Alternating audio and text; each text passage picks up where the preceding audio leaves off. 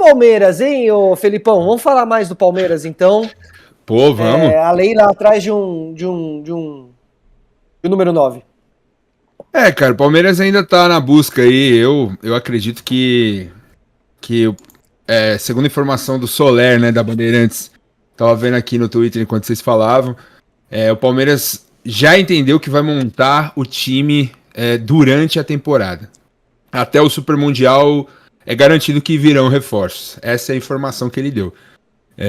E assim, então, basicamente vamos com o que temos, né? Como eu falei semana passada no programa, parafraseando a nossa querida bilionária Leila Pereira, que mentiu para a torcida, né? Enfim, não conseguiu fazer as contratações que prometeu para a torcida. Vamos com o que temos. E ontem, em Campinas, durante a semana eu gravei um vídeo também quase perdendo os cabelos, criticando o Abel Ferreira e criticando o futebol do Palmeiras, que na minha opinião ainda tá devendo nesse início de temporada. É muito cedo ainda, sim, é verdade, mas pelo que o Palmeiras já não apresentou em 2024 e em 2025, parece que as coisas ainda estão parecidas. Ontem, Abel Ferreira se mexeu na tal da água parada e colocou em campo uma escalação que me agradou muito, não só a mim, mas a toda a torcida do Palmeiras, pelo que a gente vê nos filtros das redes sociais.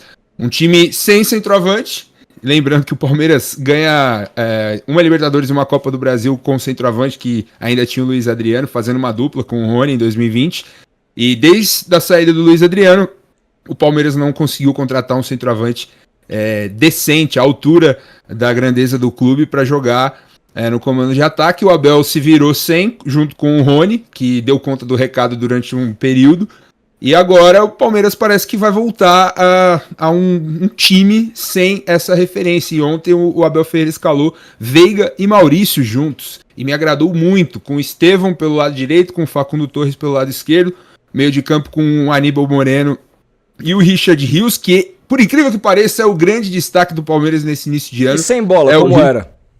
E sem bola, o Veiga fazia uma função mais de falso 9, o Maurício recompunha mais pro meio, e o Estevão e o Facundo ficavam prontos ali, um pouco mais fechados pro meio de campo. Linha de 4 atrás. Pra fazer esse facão, exatamente. Aí ficava o Veiga e o Maurício ali na primeira linha. Primeiro combate. Uhum. E o Estevão e o Facundo fechando um pouco mais atrás a linha. Gosto, hein? Você preserva o Veiga, cara. Um 4-4-2. E assim, sem bola também, durante uns 40 minutos do primeiro tempo, o Palmeiras fez uma marcação-pressão assustadora, assim, me chamou muito a atenção.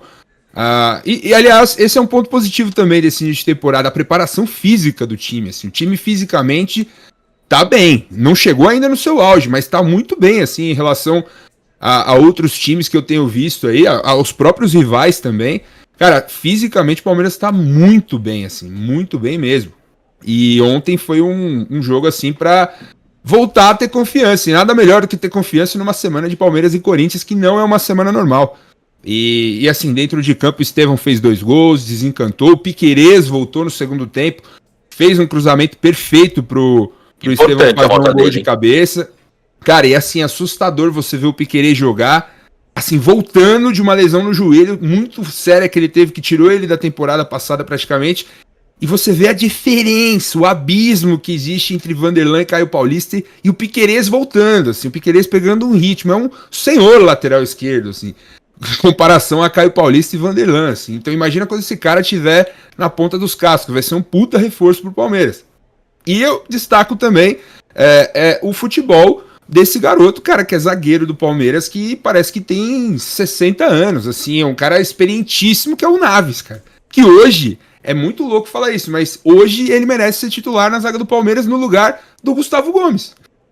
Pode ser uma cinte falar isso, mas é a realidade, cara. O Gomes, ainda de todos os titularizões do Palmeiras, esses caras cascudos, é o único que, na minha opinião, ainda tá destoando da maioria. Mas assim, tem um astro gigantesco, tem as costas largas aí com a torcida, e acredito que vai ser difícil o Abel sentar o Gomes no banco de reserva. Mas o Naves, assim, se o Palmeiras tá procurando um zagueiro, cara, não, assim, sinceramente, não precisa de substituto pro Vitor Reis, cara. Pode até chegar um cara pra compor um elenco, a gente sabe que a temporada é muito longa e tal, mas Benedetti, Naves, Murilo e Gustavo Gomes, por mim tá fechado para manter até o Super Mundial aí tranquilo.